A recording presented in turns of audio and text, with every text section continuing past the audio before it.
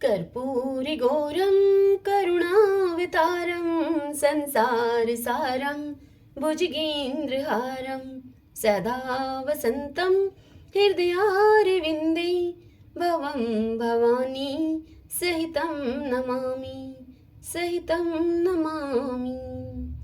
श्री शिवाय नमस्तोभ्यम। आप सुन रहे हैं श्री शिव महापुराण कथा रुद्र संहिता के चतुर्थ खंड कुमार से।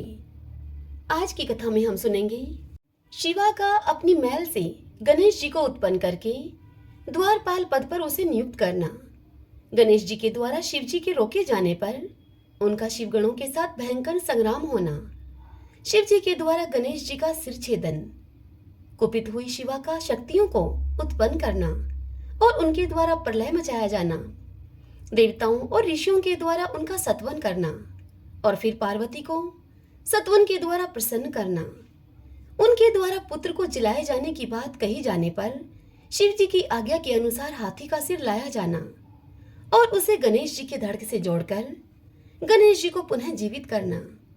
आज के दिवस हम इस पावन कथा का रसपान करने जा रहे हैं। तो आइए सर्वप्रथम भगवान शंकर और माता पार्वती का ध्यान करते हुए सभी बोलिए श्री शिवाय नमस्तोभ्यम। सूत जी शिव पुराण की कथा सुनाते हुए मुनियों से कहते हैं, हे मुनीश्वरों, तारकारी कुमार के उत्तम एवं अद्भुत वृतांत को सुनकर नारद जी को बड़ी ही प्रसन्नता हुई।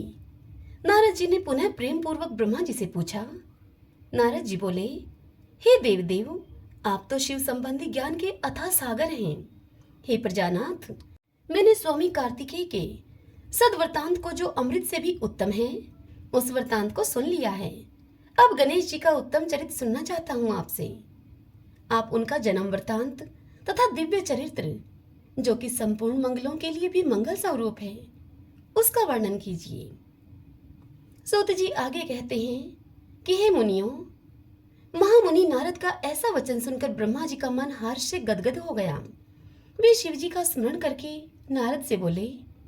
ब्रह्मा जी ने कहा कि हे नारद, पहले जो मैंने विधि पूर्वक गणेश जी की उत्पत्ति का वर्णन किया था कि शनि की दृष्टि पड़ने से गणेश का मस्तक कट गया था, तब उनके धड़ पर हाथी का मुख लगा दिया गया था, वह कल्पांतर की कथा है। अब श्वेत कल्प में घटित हुई गणेश जी की जन्म कथा का तुमसे वर्णन करता हूँ, जिसमें कृपालु शंकर ने ही उनका मस्तक काट लिया था।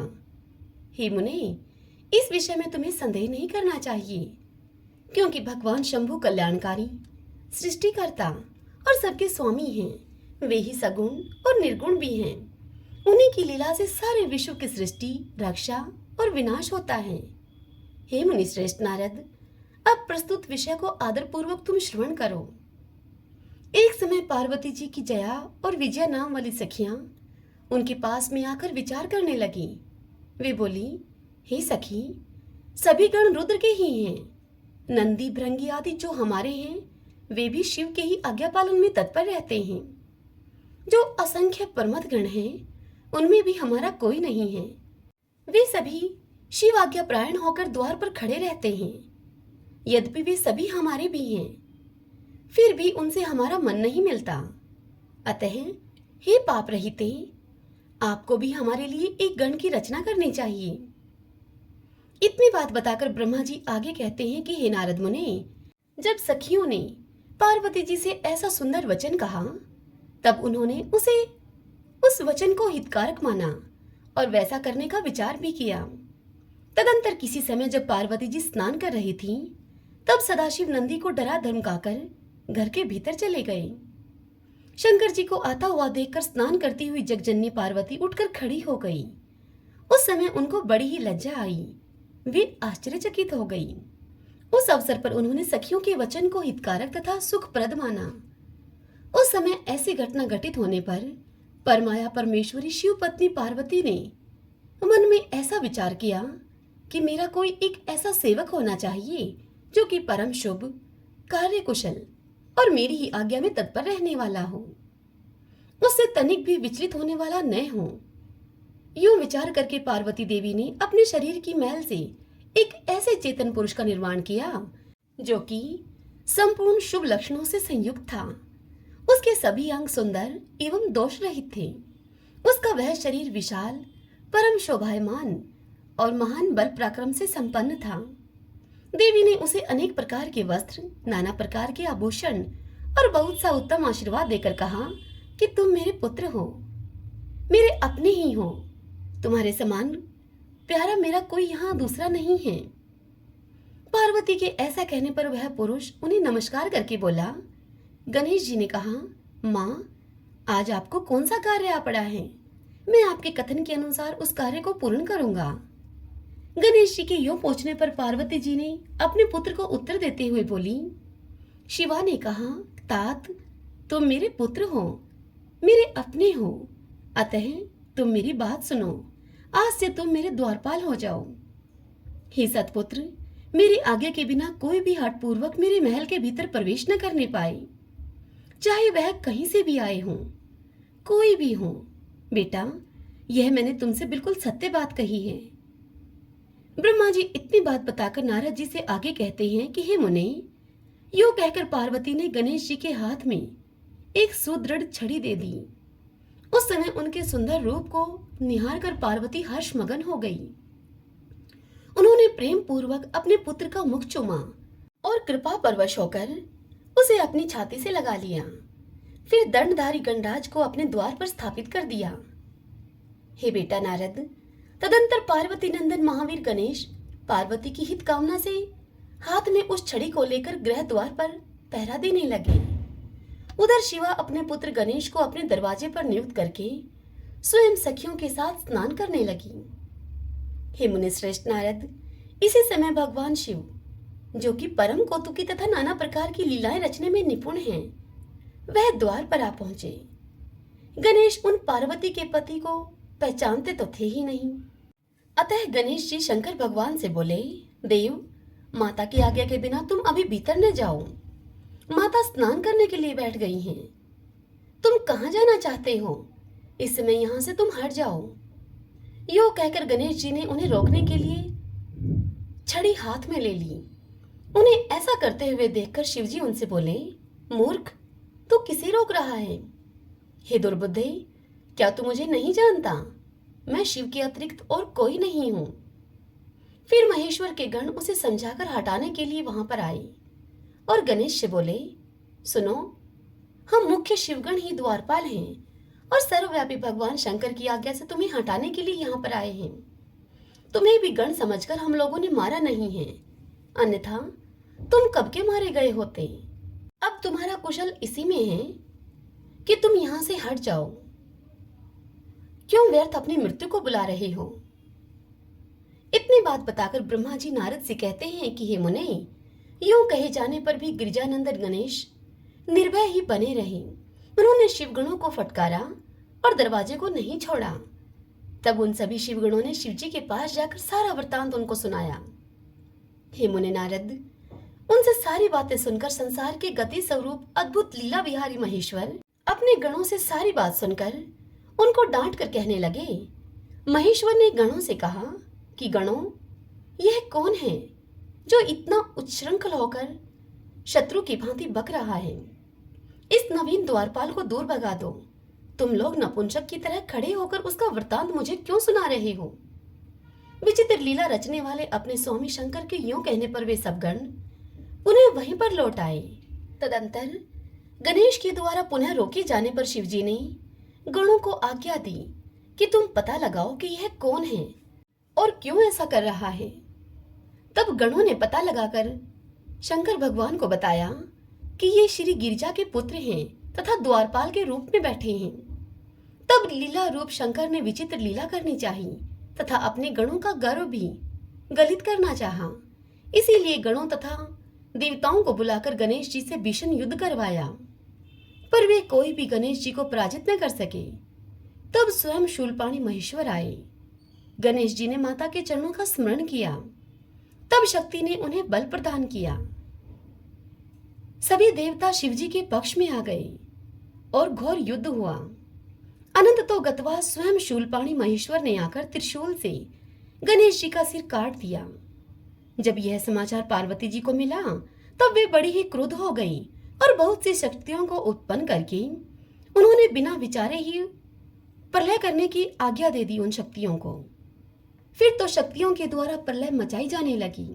हे मुनि नारद, उन शक्तियों का वह जाज्वल्यमान तेज सभी दिशाओं को दग्ध सा किए डालता था। उसे देखकर वे सभी शिवगण भयभीत हो गए और भागकर दूर जा खड़े हुए। हे मुनि नारद, इसी समय तुम दिव्य दर्शन नारद वहां पर आ पहुंचे। तुम्हारा वहां पर आने का अभिप्राय देवगणों को सुख पहुंचाना था।